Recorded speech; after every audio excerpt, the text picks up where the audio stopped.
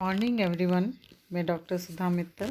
बच्चों, अपन ने पढ़ा लाभांश क्या होता है, व्हाट इज़ डिविडेंड, और किस प्रकार से लाभांश का वितरण अंशधारियों को किया जाता है। कोई भी कंपनी जब अपने कंपनी के अंतर्गत लाभ प्राप्त करती है, प्रॉफिट गेन करती हैं, तो उस प्रॉफिट का कुछ हिस्सा शेयर होल्डर्स को उनके अनुपात के अंतर्गत उन्हें लाभांश का वितरण करना जरूरी होता है। आज हम देखेंगे लाभांश नीति का अर्थ क्या होता है, meaning of dividend policy. Dividend policy किसी भी कंपनी के अंतर्गत आवश्यक रूप से लागू होती हैं और इस पॉलिसी के अकॉर्डिंग समय समय पर कंपनी के द्वारा अंशधारियों को डिविडेंड लाभांश का वितरण किया जाता है। लाभांश नीति एक बहुत ही लोचपूर्ण एवं व्यापक शब्द है। लाभांश नीति दो शब्दों लाभांश प्लस नीति से मिलकर बना है।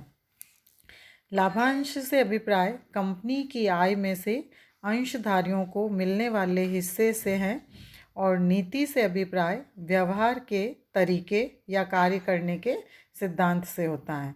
तो इस प्रकार से लाभांश नीति का जो मीनिंग है, अर्थ है, वो क्या हुआ, लाभांश वितरित करने के सिद्धांतों व योजना से होता है। यानी कि डिविडेंड को बांटने के लिए, उसको शेयर होल्डर्स के बीच में डिस्ट्रीब्यूट करने के लिए जो सिद्धांत या प्लान किया जाता है, तो उसको लाभांश नीति, डिविडेंड पॉलिसी के नाम से जाना जाता है। लाभांश वितरण के संबंध में योजना संचालकों द्वारा बनाई जाती हैं।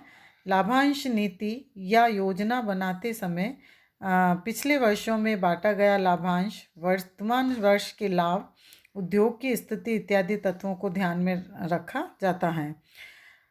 इसके लिए वेस्टर्न एवं ब्रिघम ने लाभांश नीति के विषय में मत व्यक्त करते हुए लिखा है कि प्रबंधकों के सामने यह विकल्प नहीं होता है कि लाभांश बांटे अथवा न बांटे।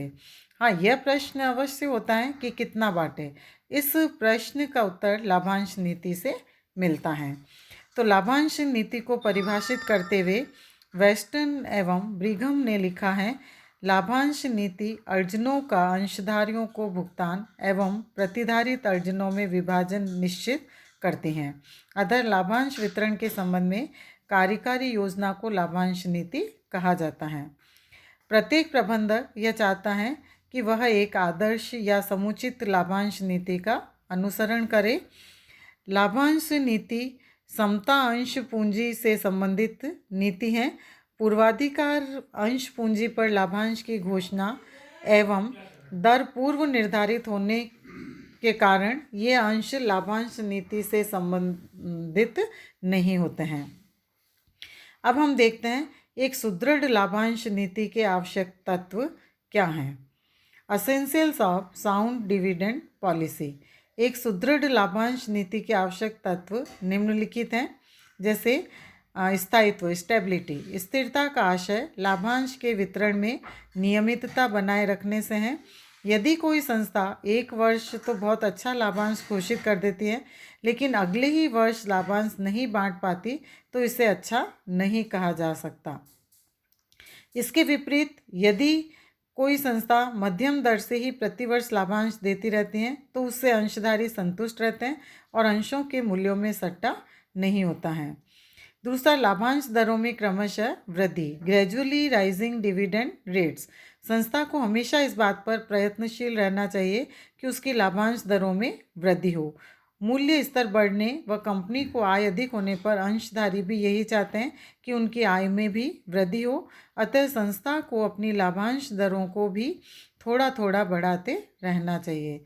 यह वृद्धि संस्था की आय में वृद्धि पर निर्भर करेगी। यदि किसी वर्ष अत्यधिक लाभ हो तो अतिरिक्त लाभांश भी वितरित किए जाने चाहिए। लाभांश का नकद में वितरण, distribution of dividend in cash. लाभांश का वितरण अधिकतर नकदी के रूप में ही किया जाना चाहिए, परंतु जब संस्था में संचित कोषों की राशि बहुत अधिक हो जाए तो स्कंद लाभांश भी घोषित किया जा सकता है। स्कंद लाभांश का वितरण उचित सीमा के अंदर ही रखा जाना चाहिए, नहीं तो संस्था अति पूंजीकरण का शिकार हो सकते हैं। प्रारंभ में कम लाभांश, मॉडरेट स्टार्ट। संस्था को प्रारंभ के वर्षों में कुछ समय तक कम दर पर ही लाभांश घोषित करना चाहिए, जिससे संस्था की वित्तीय स्थिति सुदृढ़ हो जाते हैं। बाद में संस्था की प्रगति के साथ साथ लाभांश में भी धीरे धीरे वृद्धि कर देनी चाहिए।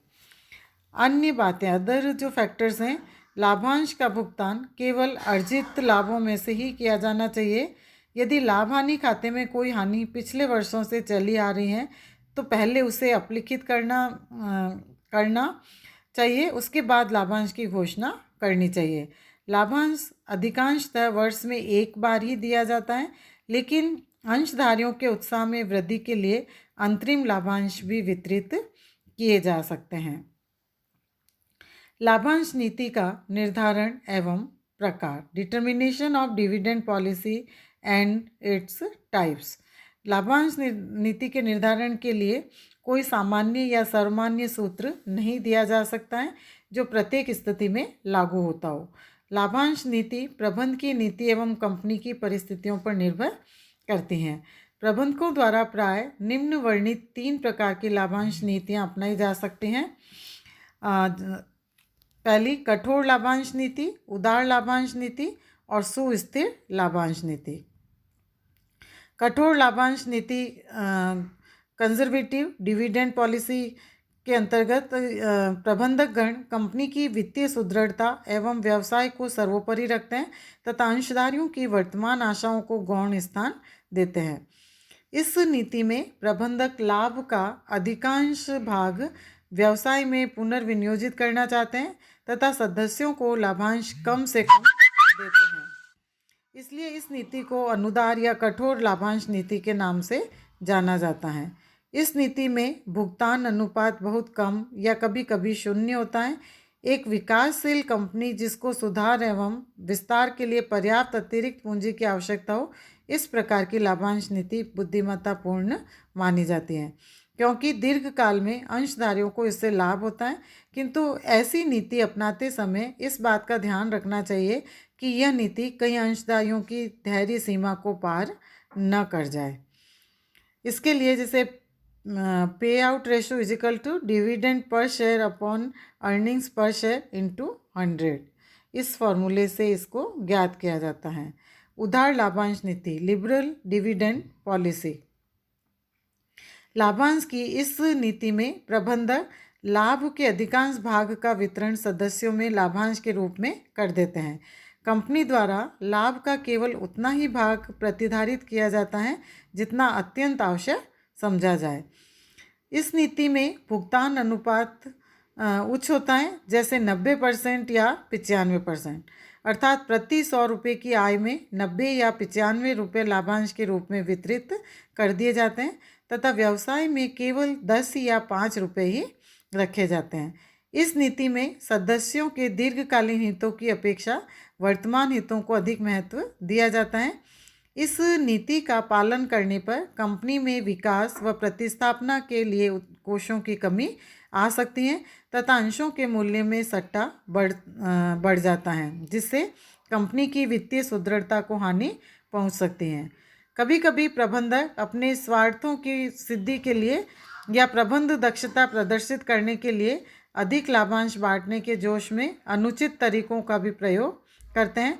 अतः उदार लाभांश नीति अपनाते समय प्रबंधकों को कंपनी के हितों तथा सदस्यों की अपेक्षाओं में तालमेल बैठाना चाहिए। सुस्थिर लाभांश नीति, स्टेबल डिविडेंड पॉलिसी।